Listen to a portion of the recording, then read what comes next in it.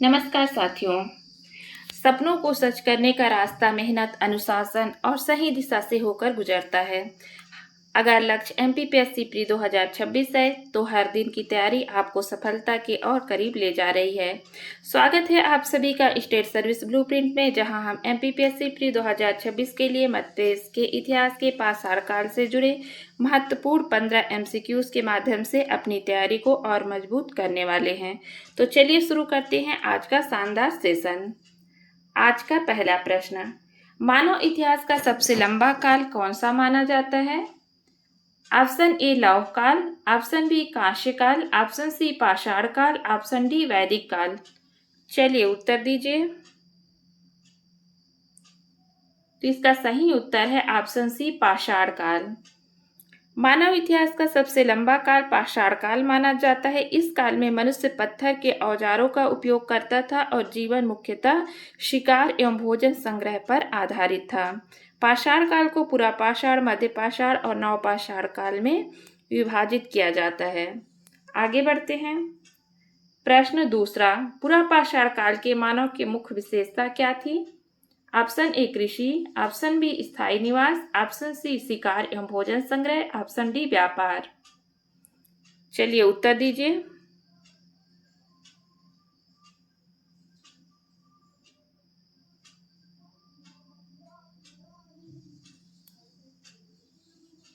तो इसका सही उत्तर है ऑप्शन सी शिकार एवं भोजन संग्रह।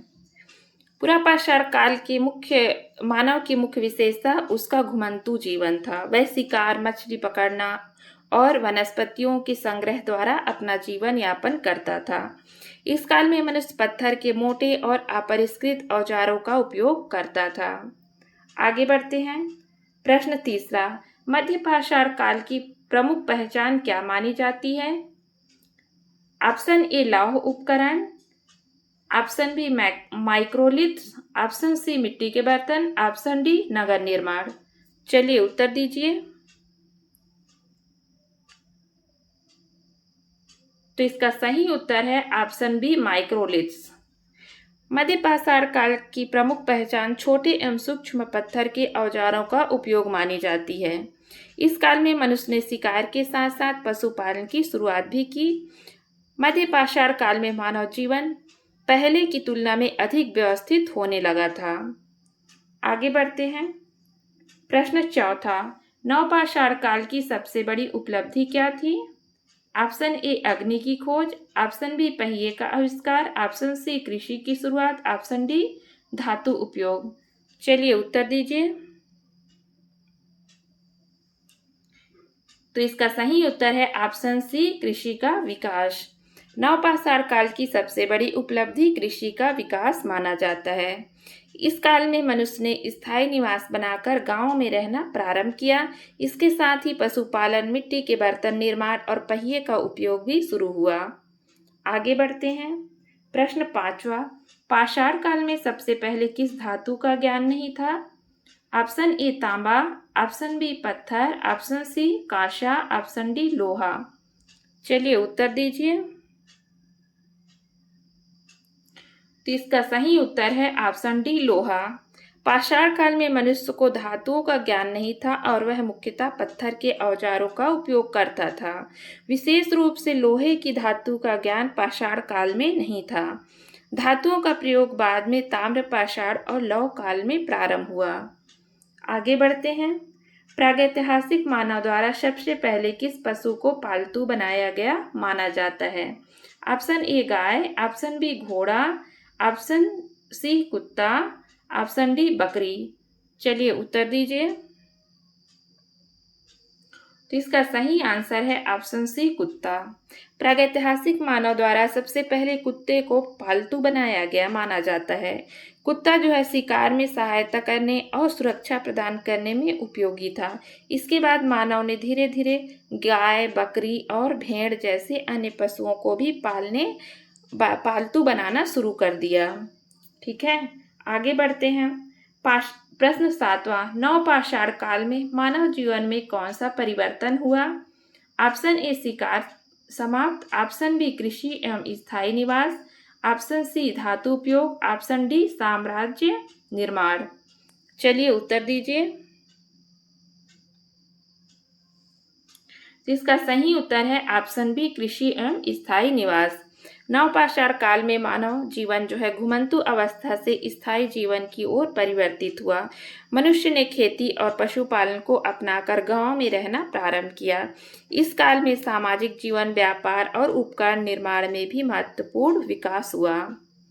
आगे बढ़ते हैं। प्रश्न 8वां, माइक्रोलिथ शब्द का संबंध किससे है? ऑप्शन ए, मिट्टी के बर्तन। ऑप्शन बी, छोटे पत्थरों के औजार।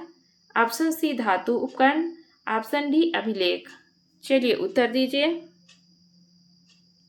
तो इसका सही उत्तर है ऑप्शन बी, छोटे पत्थर के औजार। माइक्रोलिथ शब्द का संबंध मध्य पाषाण काल के छोटे एवं सूक्ष्म पत्थर के औजारों से है। ये औजार आकार में छोटे लेकिन उपयोग में अत्यंत प्रभावी होते थे। इसका प्रयोग शिकार, काटने और अन्य दैनिक कार्यों में किया जाता था। आगे बढ़ते हैं। प्रश्न 9वां, पाषाण काल में अग्नि की खोज का मुख्य लाभ क्या था? ऑप्शन ए, व्यापार। ऑप्शन बी, युद्ध। ऑप्शन सी, भोजन पकाना एवं सुरक्षा। ऑप्शन डी, लेखन। चलिए उत्तर दीजिए। तो इसका सही उत्तर है ऑप्शन सी, भोजन पकाना एवं सुरक्षा। पाषाण काल में अग्नि की खोज का मुख्य लाभ भोजन पकाने एवं ठंड से सुरक्षा प्राप्त करना था। अग्नि के उपयोग से मनुष्य जंगली जानवरों से अपनी रक्षा भी करने लगा। इस खोज ने मानव जीवन को अधिक सुरक्षित और विकसित बनाने में महत्वपूर्ण भूमिका निभाई। आगे बढ़ते हैं। प्रश्न 10वां, नवपाषाण काल में मानव ने किसका निर्माण शुरू किया? ऑप्शन ए, स्तूप। ऑप्शन बी, पक्के मकान। ऑप्शन सी, झोपड़ियों एवं गांव। ऑप्शन डी, मंदिर। चलिए उत्तर दीजिए। इसका सही उत्तर है ऑप्शन सी, झोपड़ियों एवं गांव।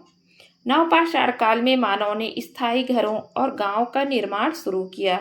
इस काल में मिट्टी के बर्तन, कृषि उपकरण और अनाज भंडारण की व्यवस्था विकसित हुई। मानव जीवन अधिक संगठित और सभ्यता की ओर अग्रसर होने लगा। चलिए आगे बढ़ते हैं। प्रश्न 11वां, पुरापाषाण काल के औजार मुख्यतः किससे बनाए जाते थे? ऑप्शन ए, तांबा। ऑप्शन बी, कांसा। ऑप्शन सी, पत्थर। ऑप्शन डी, लोहा। चलिए उत्तर दीजिए। तो इसका सही उत्तर है ऑप्शन सी, पत्थर। पुरापाषाण काल के औजार मुख्यतः पत्थरों से बनाए जाते थे। इन औजारों को तोड़कर और घिसकर शिकार एवं दैनिक कार्यों के उपयोग योग्य बनाया जाता था। हाथ, कुल्हाड़ी, भाल और खुरचनी जैसे औजार इस काल में प्रमुख थे। आगे बढ़ते हैं। प्रश्न नंबर 12वां, पाषाण काल में मानव का मुख्य व्यवसाय क्या था? ऑप्शन ए, व्यापार। ऑप्शन बी, कृषि। ऑप्शन सी, शिकार। ऑप्शन डी, पशुपालन। चलिए उत्तर दीजिए। इसका सही उत्तर है ऑप्शन सी, शिकार। पाषाण काल में मानव का मुख्य व्यवसाय शिकार और भोजन संग्रह करना था। मनुष्य जंगलों से कंद मूल, फल और अन्य खाद्य पदार्थ एकत्र करता था।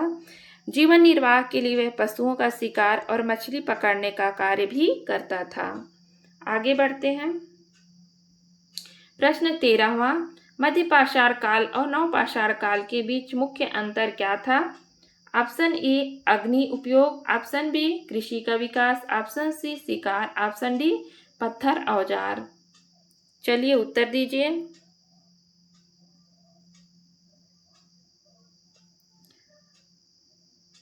इसका सही उत्तर है ऑप्शन बी, कृषि का विकास। मध्य पाषाण और नवपाषाण काल के बीच मुख्य अंतर जीवन शैली और आजीविका में था। मध्य पाषाण काल में मनुष्य मुख्यतः शिकार और भोजन संग्रह पर निर्भर था, जबकि नवपाषाण काल में कृषि और पशुपालन का विकास हुआ। नवपाषाण काल में स्थायी निवास और गांव की स्थापना भी प्रारंभ हुई। आगे बढ़ते हैं। प्रश्न 14वां, पाषाण काल के मानव धार्मिक रूप से किस पर विश्वास करते थे? ऑप्शन ए, मूर्ति पूजा। ऑप्शन बी, प्राकृति पूजा। ऑप्शन सी, मंदिर पूजा। ऑप्शन डी, वेद पूजा। चलिए उत्तर दीजिए। तो इसका सही उत्तर है ऑप्शन बी, प्राकृति पूजा। पाषाण काल के मानव प्राकृतिक शक्तियों पर धार्मिक रूप से विश्वास करते थे। वे सूर्य, अग्नि, पेड़ पौधों और पशुओं को विशेष महत्व देते थे। कुछ प्रमाणों से यह भी ज्ञात होता है कि वे आत्मा और पूर्वजों की शक्ति में विश्वास करते थे। आगे बढ़ते हैं। प्रश्न 15वां और आज का लास्ट प्रश्न। पाषाण काल का अध्ययन मुख्यतः किस आधार पर किया जाता है? ऑप्शन ए साहित्य, ऑप्शन बी सिक्के, ऑप्शन सी अभिलेख, ऑप्शन डी पुरातात्विक अवशेष। चलिए उत्तर दीजिए। इसका सही उत्तर है ऑप्शन डी, पुरातात्विक अवशेष। पाषाण काल का अध्ययन मुख्यतः पुरातात्विक अवशेषों के आधार पर किया जाता है।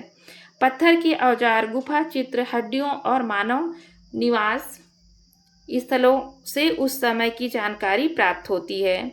इन साक्ष्यों के माध्यम से मानव जीवन, संस्कृति और रहन सहन का अध्ययन किया जाता है। तो दोस्तों, आज का सेशन यहीं समाप्त होता है। अगर आपको MPPSC प्री 2026 की यह तैयारी उपयोगी लगी हो तो वीडियो को लाइक ज़रूर करें और स्टेट सर्विस ब्लूप्रिंट को सब्सक्राइब करना बिल्कुल ना भूलें।